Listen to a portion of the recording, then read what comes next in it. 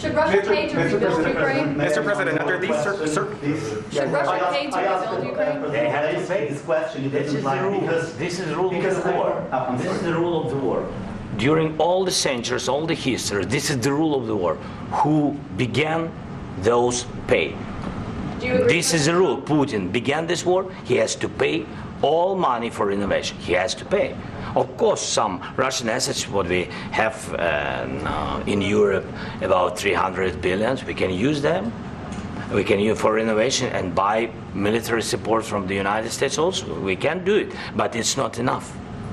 It's not enough. President, under these circumstances, do you envision a trilateral summit with Putin and President Zelensky? Wait 1 second. I asked this question that you didn't like because I wanted to know if you want to position yourself in the middle between Russia and Ukraine, or on the Ukraine side. No, I'm in the middle. I want to solve this thing. I'm for both. I want to get it solved. And it's wonderful to speak badly about somebody else, but I want to get it solved. If we can solve it, great. If we can't solve it, they're going to have to fight it out, and who knows what's going to happen.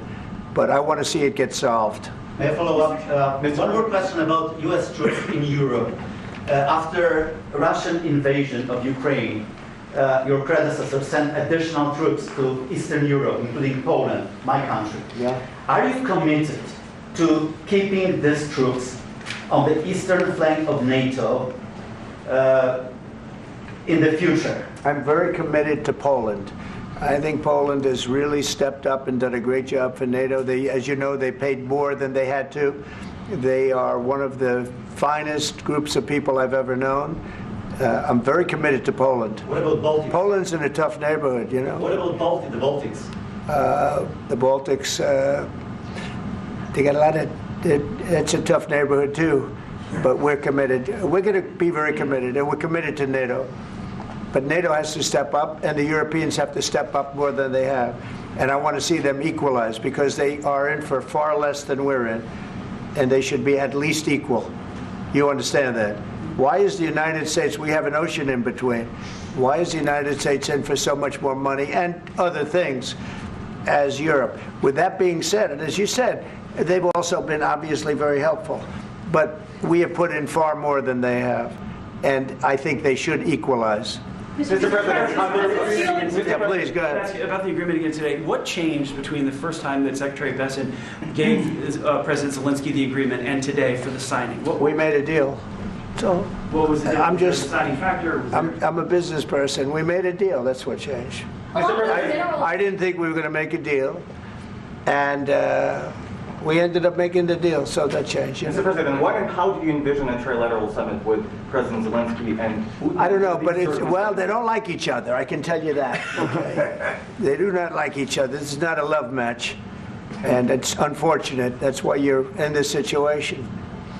The United States should not have allowed this to happen, okay? The United States, run by a man that didn't know much, I'm going to be very nice, run by an incompetent person, very incompetent person, should never have allowed this to happen. I've stopped wars. I've stopped many wars. My people will tell you, I stopped wars that nobody ever heard about. I stopped wars before they ever started. You can look at some of, I could give you a lot of nations that would tell you right now they were probably going to war. I could tell you right now there's a nation thinking about going to war on something that nobody in this room has ever even heard about. Two smaller nations, but big, still big. And I think I've stopped it. But this should have never happened. Mr. President? Sorry, just a second. About any negotiations. First of all, I want really to tell you, and I think that everybody understands that Ukraine, more than Ukrainians, nobody wants to stop this war.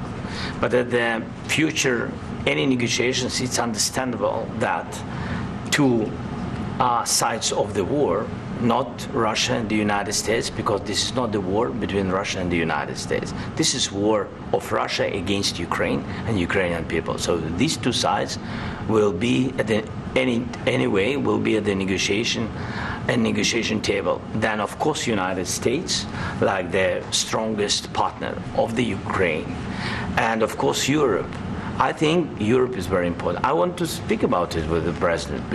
Yes, Europe is very important for us because we really defend Europe for today. All Europeans really recognize that we are defending the line, and they have real life, and our people are dying. That's why they helped us.